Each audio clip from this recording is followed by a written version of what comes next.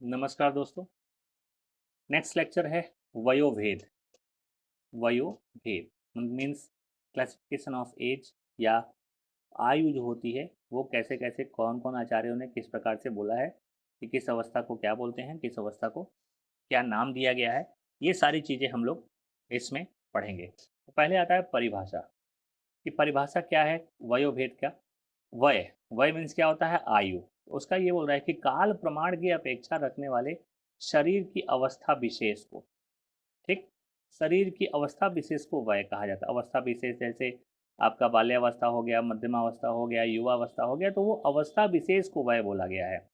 ठीक, यानी काल प्रमाण की अपेक्षा रखने वाले शरीर की अवस्था विशेष को वय कहा जाता है।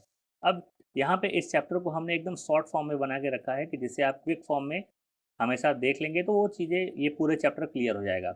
बाकी आप उसको एलोबरेट कर सकते हैं।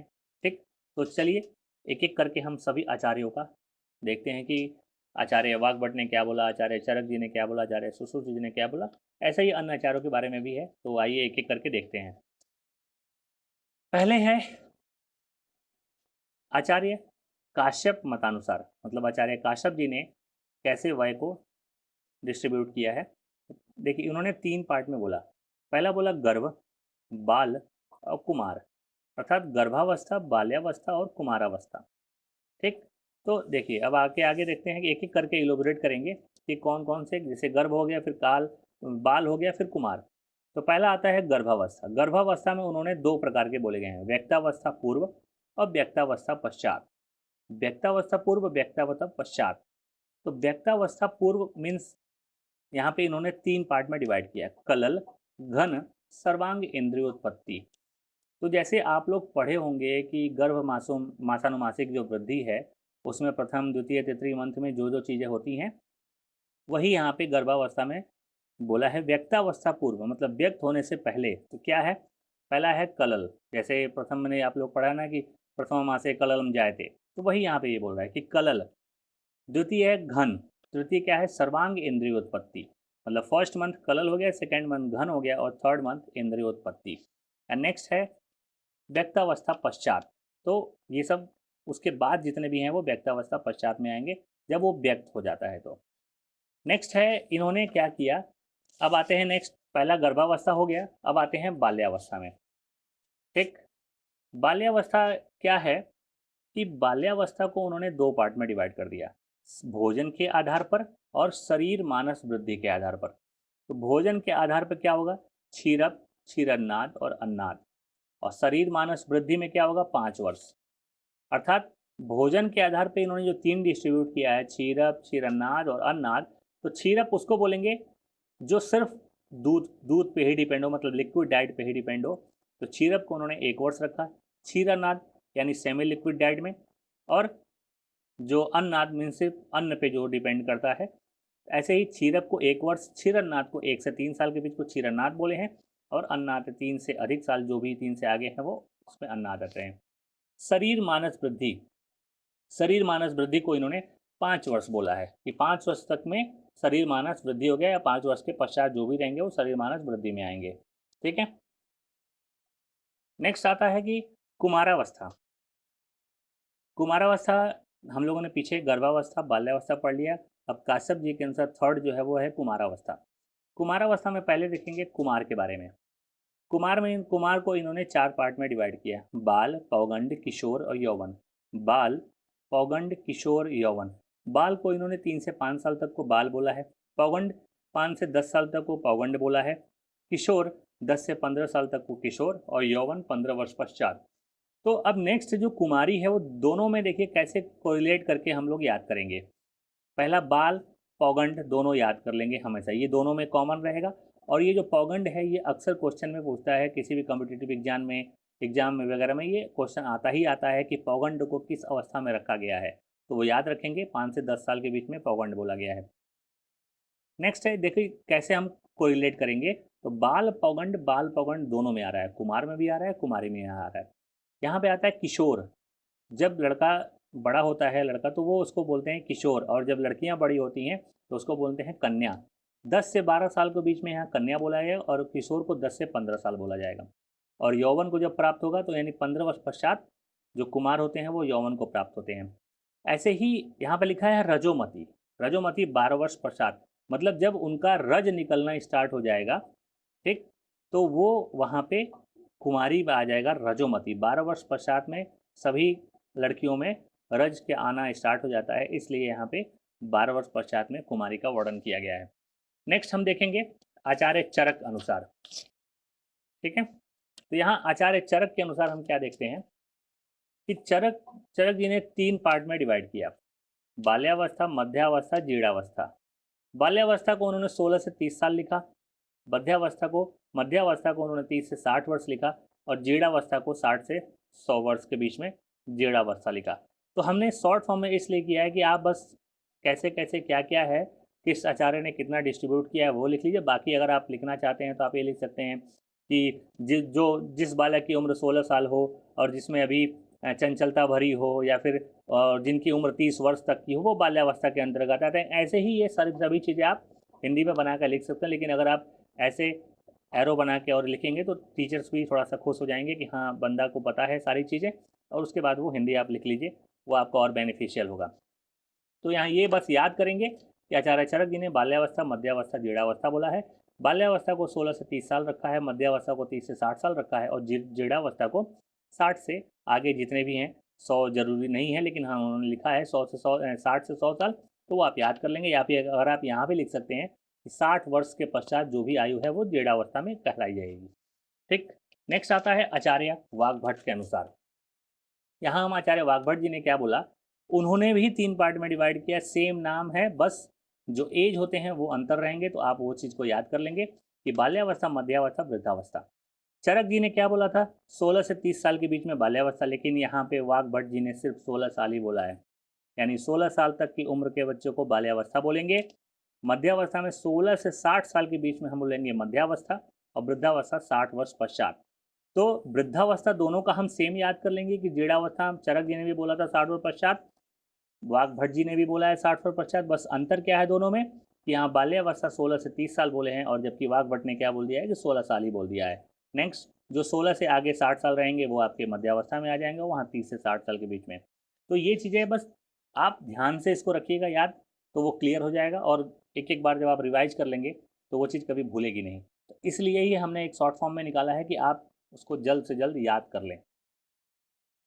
नेक्स्ट हम देखते हैं आचार्य सुश्रुत अनुसार। आचार्य सुश्रुत जी ने क्या किया था, इन्होंने भी 3 पार्ट में डिवाइड किया, सेम नाम, बाल्यावस्था, मध्यावस्था, वृद्धावस्था। तो ये चीज़ आप 3 याद रखे रहेंगे, तो आचार्य चरक जी में भी, वाग्भट जी में भी हो जाएगा, और सुश्रुत जी में भी हो जाएगा। तो बाल्यावस्था, मध्यावस्था और वृद्धावस्था। इन्होंने बाल्यावस्था को 3 पार्ट में डिवाइड किया, क्षीरप, क्षीरन्नाद, अन्नाद, जिस चीज़ का हम पहले वर्णन कर चुके हैं। क्षीरप, क्षीरन्नाद और अन्नाद। क्षीरप मतलब जो लिक्विड डाइट पे टोटली डिपेंड हो, और क्षीरन्नाद जो सेमी लिक्विड डाइट पे, और अन्नाद जो अन्न खाना स्टार्ट कर दें सिर्फ उस पर ही, अगर वो वही खाते रहें तो भी उनका जीव पोषण हो जाएगा। तो वही इन्होंने 3 पार्ट में डिवाइड किया, क्षीरप, क्षीरन्नाद और अन्नाद। नेक्स्ट है मध्यावस्था। मध्यावस्था को उन्होंने 4 पार्ट में डिवाइड किया, वृद्धि, यौवन, संपूर्णता, हानि। वृद्धि, यौवन, संपूर्णता, हानि। तो ये आप ऐसे याद कर लेंगे, वृद्धि मतलब अभी उसकी वृद्धि स्टार्ट हो रही है, यौवन आ गई। याद कैसे करेंगे, देखिए ऐसे ही, कोई भी चीज़ अगर फल है, छोटा सा आम है, तो वो पहले छोटे से थोड़ा सा बड़ा हुआ, तो जैसे नहीं बोलते हैं कि टिकोरा हो गया, टिकोरे से फिर थोड़ा सा कच्चा आम, पका आम, तो वही हो गया। पहले उसको बोलते हैं कि छोटा आम है, यानी वो वृद्धि कर रहा है, वृद्धि करके थोड़ा सा बड़ा होगा तो आम को बोलेंगे अरे ये तो इतना बड़ा आम हो गया। तो यहाँ पे जैसे मनुष्यों में क्या होता है कि वो बोलते हैं यौवन को प्राप्त हो गया, ठीक। तो वहाँ पे ये याद रखेंगे कि वृद्धि के बाद यौवन, यौवन के बाद वो उसका जब संपूर्ण शरीर पूरा आम बड़ा हो जाएगा तो क्या बोलेंगे कि वो पूरा आम तैयार हो गया। तो वही चीज़ यहाँ बोलेंगे कि यौवन के बाद क्या आता है, संपूर्णता, संपूर्णता हो रही है। नेक्स्ट, अगर आम बड़ा हो गया है उसके बाद अगर वो धीरे धीरे धीरे अगर उसी पे रखा रहेगा तो वो क्या होगा, धीरे धीरे सूखता जाएगा, मतलब उसकी हानि हो रही है। तो वही यहाँ चीज याद करने का एक ट्रिक रहेगा कि वृद्धि, वृद्धि के बाद हम यौवन आया, यौवन के बाद संपूर्णता हुई, संपूर्णता के बाद हानि स्टार्ट हो गई। तो उस चीज़ का याद कर लेंगे बस एज क्लासिफिकेशन कि 16 से 20 साल वृद्धि हो रही है, 20 से 30 साल यौवन हो रहा है, संपूर्णता जो हो रहा है वो 30 से 40 साल हो रहा है, और हानि जो होगी वो 40 से 70 साल के बीच में हानि को बोला जाएगा। ठीक, नेक्स्ट है वृद्धावस्था। वृद्धावस्था क्या है, 70 वर्ष के पश्चात।